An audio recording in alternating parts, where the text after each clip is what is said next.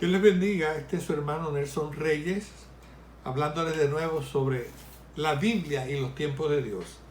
Ya habíamos establecido en una charla anterior que han pasado 6 días. Estamos en el último de ese 6º día, próximo a entrar en el milenio. O sea, el último día, que es el día de descanso de la semana. Es interesante, fíjate que Jesús estuvo enterrado 2 días y el tercer día es levantado. Eso es como una analogía, ya que han pasado 2 días, precisamente, 2000 años, 2 días.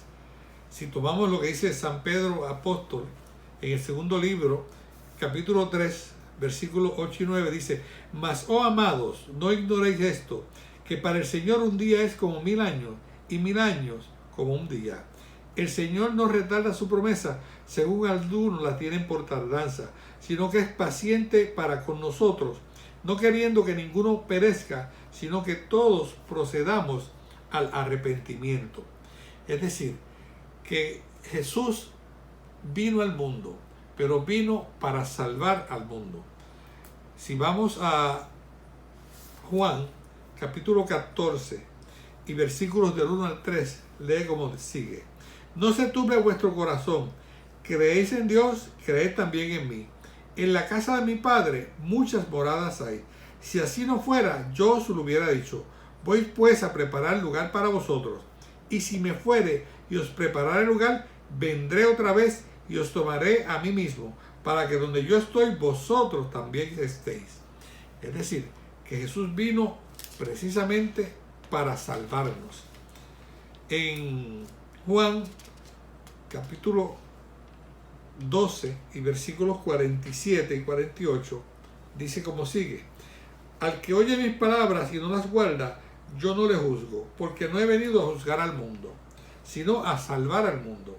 El que me rechaza y no recibe mis palabras, tiene quien le juzgue. La palabra que he hablado, ella le juzgará en el día postrero. Mi intención con esta charla no es hablarle de religión. Mi intención con esta charla no es hablarle de dogmas ni doctrina. Mi intención con esta charla es decirles a ustedes lo que esa palabra dice y que ayudarlos a ustedes a que puedan comprender por ustedes mismos lo que esa palabra quiere decir. Jesús, como le dije al principio, prometió volver.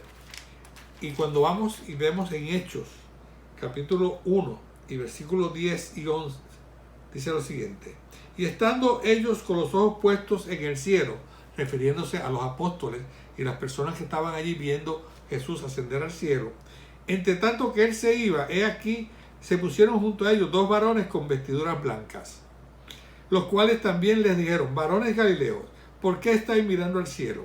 Este mismo Jesús que ha sido tomado de vosotros al cielo, así vendrá como le habéis visto ir al cielo. Es decir, que en todo momento Jesús vino al mundo para salvarnos. Él no vino a condenarlos, Él vino a salvar al mundo. Y estamos precisamente en ese momento donde nosotros esperamos que ese retorno llegue. Vamos a atar lo que ya habíamos hablado anteriormente. Si buscamos a Mateo 24 y capítulo 24, versículos 36 al 39, lee como sigue: Pero el día y la hora nadie sabe, ni aun los ángeles en los cielos, sino mi Padre. Mas como en los días de Noé, así será la venida del Hijo del Hombre. Porque como en los días de Noé, antes del diluvio, estaban comiendo y bebiendo y casándose y dándose en casamiento hasta el día en que Noé entró en el arca, y no entendieron hasta que vino el diluvio y se los llevó a todos. Así será también la venida del Hijo del Hombre. Hay muchas personas que no entienden lo que está pasando y que no entienden las Escrituras. Así como dice Jesucristo, así está pasando hoy en día. También si buscamos Lucas 21, 34 al 39, 36, dice: Mirad también por vosotros mismos, que vuestros corazones no se carguen de glotonería y embriaguez y de los afanes de esta vida, y venga de repente sobre vosotros aquel día. porque como un lazo vendrá sobre todos los que habitan sobre la faz de la tierra.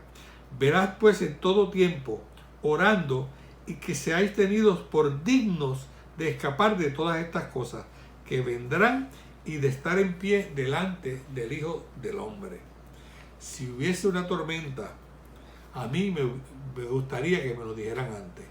Por eso, estas cosas, a pesar de que el Apocalipsis es un área que mucha gente mira con temor, porque hay muchas cosas que no son buenas, también definitivamente nos trae gozo, porque nos trae el momento cuando por medio de Jesucristo podemos precisamente salvarnos de todas estas cosas.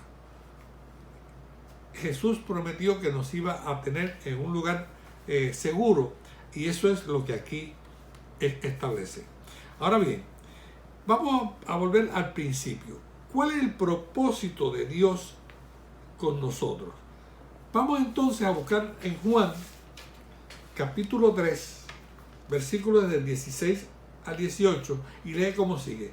Porque de tal manera amó Dios al mundo, que ha dado a su Hijo unigénito, para que todo aquel que en él cree no se pierda, mas tenga vida eterna. Porque no envió Dios a su Hijo al mundo para condenar al mundo, sino para que el mundo sea salvo por él. El que en él cree no es condenado, pero el que no cree ya ha sido condenado, porque no ha creído en el nombre del unigénito Hijo de Dios. Si vamos y buscamos también en Juan capítulo 12, versículos del 47-48, dice: al que oye mis palabras y no las guarda, yo no le juzgo, porque no he venido a juzgar al mundo, sino a salvar al mundo. El que me rechaza y no recibe mis palabras, tiene quien le juzgue. La palabra que he hablado, ella le juzgará en el día postrero. Pero ya establecimos que Jesús vino a salvar al mundo, no vino a juzgar al mundo. Hay 3 ejemplos que yo quiero darle, no se los voy a leer, pero les voy a dar la cita. El primero se encuentra en Mateo 19, del 16 al 26, y se trata de un joven rico. Este joven se acerca a Jesús y le pregunta: ¿qué tengo que hacer para ser salvo? Obviamente, él había guardado los mandamientos desde pequeño, y lo que esperaba era que Jesús le dijera: no, si ya tú estás salvo definitivamente.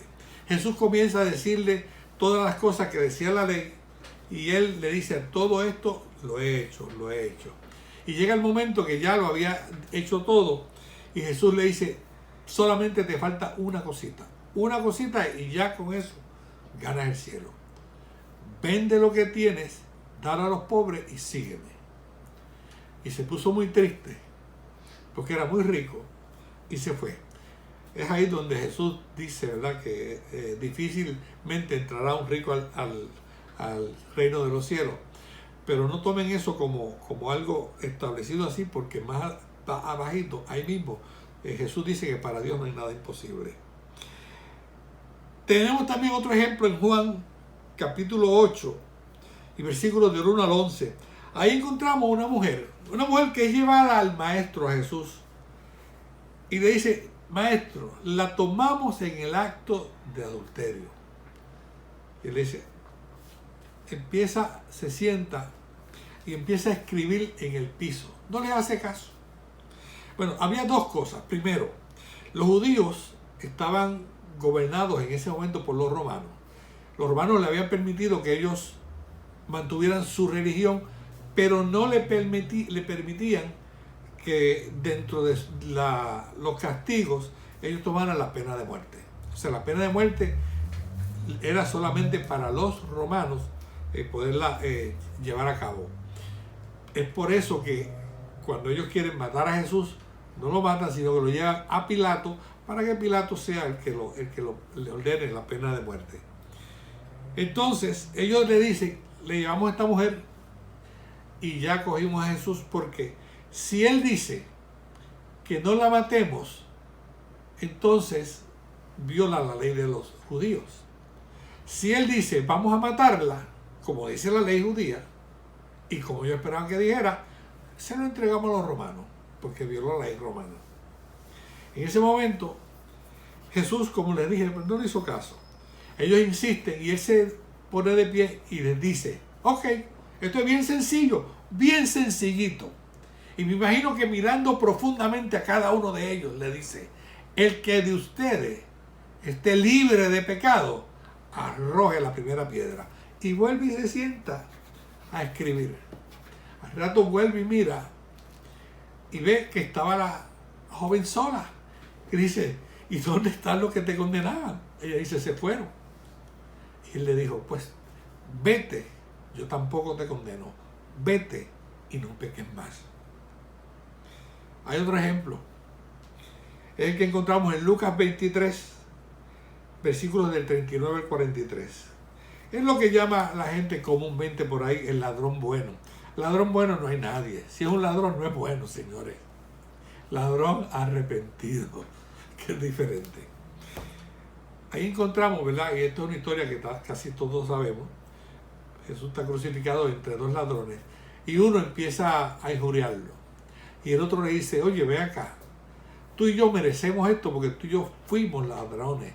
Y de verdad que este es el castigo que nosotros nos buscamos. Pero este no hizo nada, reconociendo que Jesús era el Hijo de Dios y le dice, acuérdate de mí cuando vengas en tu reino. ¿Y qué le dice Jesús? Hoy, no mañana, hoy estarás conmigo en el paraíso. Porque Él vino precisamente a salvarnos a nosotros. Son 3 ejemplos, y se los traigo porque son 3 ejemplos que si me los hubiesen dado a mí como individuo, como persona, hubiese hecho todo lo contrario. A ese ladrón en la cruz yo lo hubiese dicho, tú perdiste tu tiempo, ya lo que te queda es morir y olvídate que vas para el infierno, porque fuiste demasiado malo. Pero fíjate que aún en ese momento, que todavía había aliento, se arrepintió y se arrepintió de corazón y Dios, Jesús, lo perdonó. ¿Qué podemos ver en estos 3 ejemplos? Mira que él, a veces hay mucha gente que uno le habla y dice, pero es que yo soy bueno, yo no me meto con nadie, yo hago el bien, y eso me recuerda a este joven rico. ¿Okay? Lo que pasa es lo siguiente, que Jesús, contrario a nosotros, mira tu corazón y Él sabe lo que hay dentro de tu corazón y a Él no lo podemos engañar y tú no lo puedes engañar. Y definitivamente en estos 3 ejemplos podemos ver cómo esa joven, si no pecó más, fue salva. Vemos cómo ese ladrón, después de haber tenido una vida posiblemente de crímenes, de cuánta cosa, también se salva. Y vemos cómo aquel joven, que posiblemente era muy bueno y hacía todo, no se salva. ¿Por qué? Porque Dios lo que busca es tu corazón. Han pasado 2000 años y no hemos aprendido nada. No hemos aprendido nada. Jesús vino y trajo el amor, trajo la misericordia, como hemos visto en estos 3 ejemplos. Pero ¿qué hemos hecho nosotros? Lo que hemos hecho es usar el odio. Y eso es lo que nos gobierna en este momento. En 2000 años de historia, el hombre va cada vez peor y peor y peor. Y nosotros decimos, Nelson, ¿y qué tengo que hacer? Bueno, yo voy a ir rapidito sobre las cosas que la Biblia te dice que hay que hacer. En Mateo 10, capítulo 10, versículos 32 y 33 dice, a cualquiera que pues me confiese delante de los hombres, yo también le confesaré delante de mi Padre que está en los cielos. Y cualquiera que me niegue delante de los hombres, yo también le negaré delante de mi Padre que está en los cielos. O sea, lo primero que dice Jesús que hay que hacer es que hay que confesarlo. Hay que confesar a Jesús para ser salvo.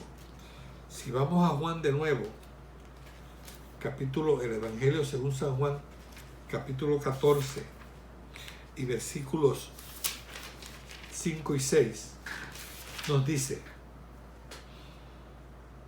y le dijo Tomás: Señor, no sabemos a dónde vas.